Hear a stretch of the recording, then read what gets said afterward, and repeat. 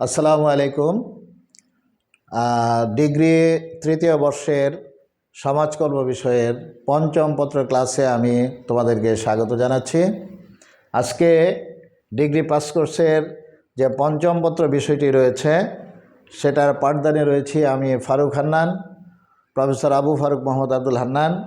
সমাজকর্ম পঞ্চম পত্রের সামাজিক গবেষণা ও পরিসংখ্যান শিরোনামের বিষয়টি নিয়ে আমি আলোচনা করব, যার বিষয়কর তোমরা জানো 13-21-01। আজকে সামাজিক গবেষণা ও পরিসংখ্যান বিষয়ের সাজেশন নিয়ে কিছু কথা বলবো আসন্ন ফাইনাল পরীক্ষায় যাতে তোমরা ভালো করতে পারো, সেই লক্ষ্যে আমার এই সাজেশন প্রস্তুত করা হয়েছে।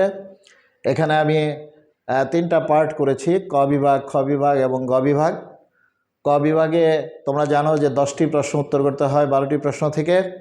সেই 12টি প্রশ্ন আসবে তোমাদের সামাজিক গবেষণার অংশ থেকে এবং পরিসংখ্যানের অংশ থেকে। সামাজিক গবেষণার অংশ আমি আলাদা দেখাচ্ছি এবং পরিসংখ্যানের অংশটুকু আলাদা দেখাচ্ছি। সুপ্রিয় শিক্ষার্থীরা, লক্ষ্য করো যে সামাজিক গবেষণা অংশে ক বিভাগ থেকে যা আসতে পারে, এখানে লক্ষণীয় বিষয় হলো পূর্ণরূপ থাকবে, একটি লেখকের নাম বা বইয়ের নাম লেখা থাকবে, যা তোমার বিপরীত ক্রমে লিখতে হবে। বইয়ের নাম লেখা থাকলে তোমরা লিখবে লেখকের নাম, আর লেখকের নাম দিয়ে বলতে পারো যে অমুক লেখকের কোন বইটি রচনা করা হয়েছে বা লেখক কোন বইটি লিখেছে, এরকম বলতে পারে। তো এখানে সিরিয়ালি কয়েকটা 14টা প্রশ্ন আমি এখানে লিখেছি। যেমন এখানে আমি লিখেছি সামাজিক গবেষণা কাকে বলে, এফডিজি এর পূর্ণরূপ কী, তারপরে আছে PRA এর পূর্ণরূপ কী, RRA এর পূর্ণরূপ কী, মেথডস অফ সোশ্যাল রিসার্চ গ্রন্থের লেখক কে, চলক কী, স্বাধীন চলক কী, অধীন চলক কী, তত্ত্ব কী, প্রত্যয় কী, এছাড়াও রয়েছে নমুনা কী, সমগ্র কী, নাস্তি কল্পনা কী, এবং সর্বশেষ যেটি দিয়েছি সাক্ষাৎকার কী। আশা করি সামাজিক গবেষণার অংশ থেকে 5 থেকে 6টি বা 7টি প্রশ্ন তোমাদের কমন পড়বে। বাকি 12টি প্রশ্নের মধ্যে 5-6টি প্রশ্ন তোমাদের পরিসংখ্যান অংশ থেকে আসবে।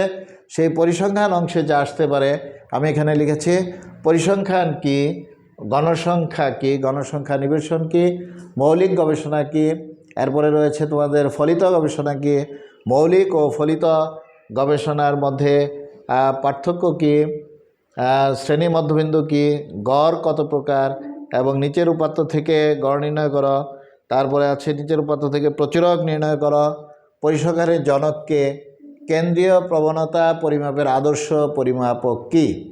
এছাড়াও রয়েছে নিচের উপাত্ত থেকে পরিসর নির্ণয় করো, এরপরে রয়েছে সহসম্বন্ধ চ্যাপ্টার থেকে R=-1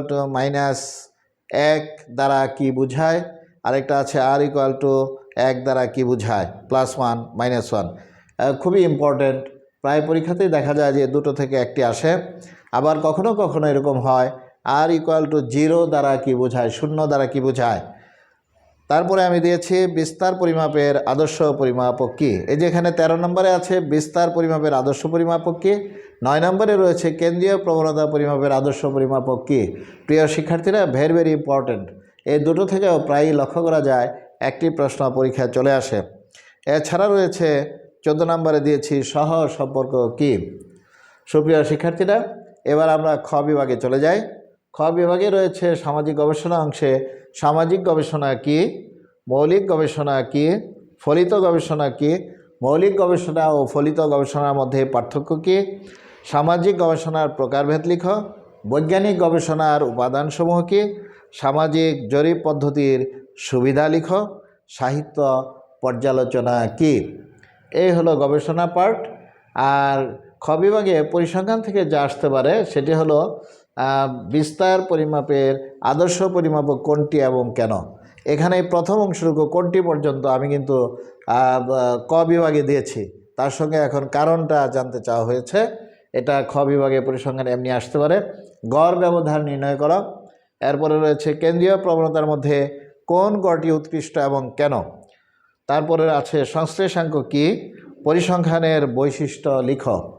এটা প্রথম দিককার প্রশ্ন, এটা হয়তো একে আমি দিতে পারতাম। যাই হোক, এছাড়া এই পরিসংখ্যান অংশে যে অঙ্কগুলো আসতে পারে খ বিভাগের জন্য, যেমন গণসংখ্যা নিবেশন নির্ণয় করো, মধ্যমা নির্ণয় করো, প্রচুরক নির্ণয় করো, গড় নির্ণয় করো, তারপরে আছে গড় ব্যবধান অথবা পরিমিত ব্যবধান নির্ণয় করো, দিয়ে তোমাদেরকে দিতে পারে, ছোট্ট ছোট্ট অঙ্ক দিতে পারে।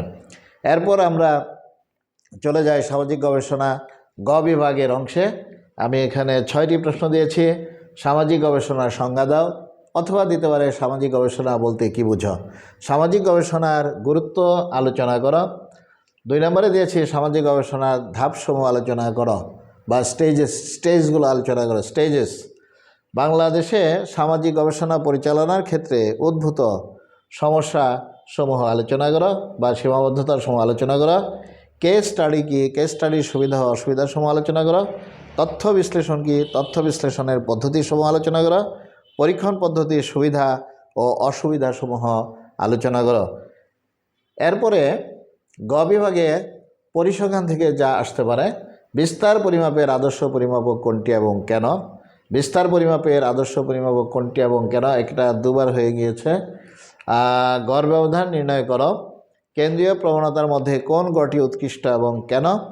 সংশ্লেষাঙ্ক কি, পরিসংখ্যানের বৈশিষ্ট্য লিখো।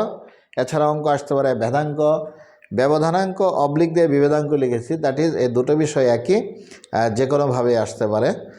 নির্ভরণ, তারপর আছে নির্ভরাঙ্ক, সহসম্বন্ধ, গুণানুক্রমিক সহসম্বন্ধ নির্ণয় করতে বলতে পারে পরীক্ষায়।